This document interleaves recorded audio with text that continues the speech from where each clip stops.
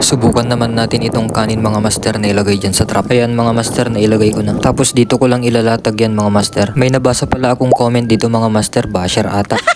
So make sure na papanoorin nyo hanggang dulo dahil babalikan natin agad yan kinabukasan at ipapakita ko kung may mahuhuli. Pero bago yun, kung di ka pa nakafollow sa aking page, okay lang. Mag-iwan ka na lang ng isang like kapatid. Ayan mga master, okay na. Tapos ito naman yung spot.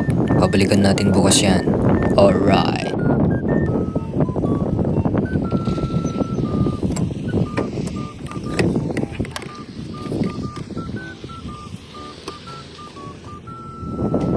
Pandawin na natin yung trap mga master na may pain na kanin. Tignan natin kung may mahuhuli. Pero depende pa rin yan sa spot nyo mga master.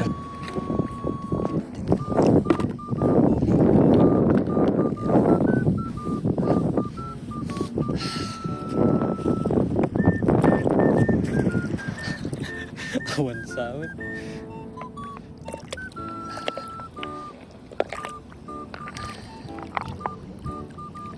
Tama ta. Oh, awan.